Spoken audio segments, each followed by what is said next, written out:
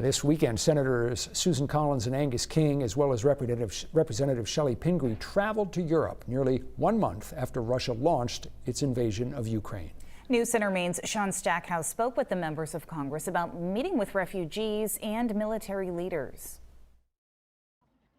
As millions flee violence in Ukraine, 3 of Maine's 4 Congress members are seeing the situation firsthand. And she said, on the way out, she gave away her pony and her goats, and, she literally had 2 bags with warm clothes and some toys. Representative Pingree still in Europe after visiting Poland over the weekend, meeting with refugees, military leaders, and more to learn what Congress can do to help. Senator Collins and King now back in Washington. Time is of the essence. Maine senator speaking as part of a joint press conference Monday alongside the bipartisan delegation they traveled with. King advocating for aid, both humanitarian and military, to get to those who need it as quick as possible. We don't have time to waste a couple of weeks in bureaucracy.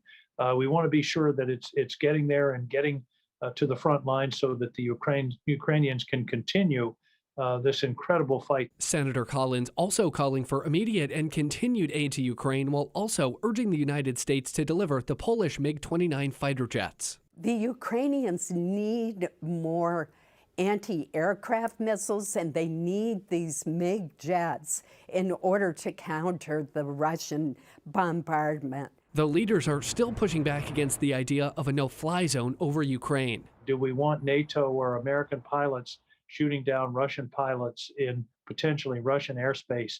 We're trying to keep this war contained, and the Ukrainians are doing a good job, and we just have to continue to supply them with the tools they need. As millions flee the country and their homes, the group is also calling on the United States to welcome more refugees. I think at this point, we have to be as supportive as we can to Poland and the other NATO countries that are accepting Ukrainians to support them.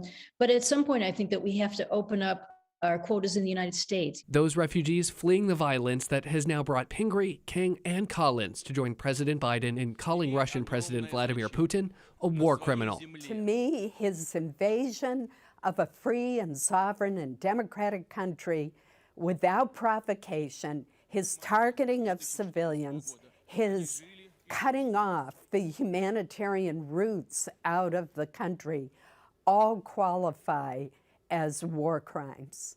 Sean Stackhouse, News Center, Maine. Congressman Jared Golden did not travel to Europe alongside the rest of Maine's congressional delegation after testing positive for COVID-19 last week.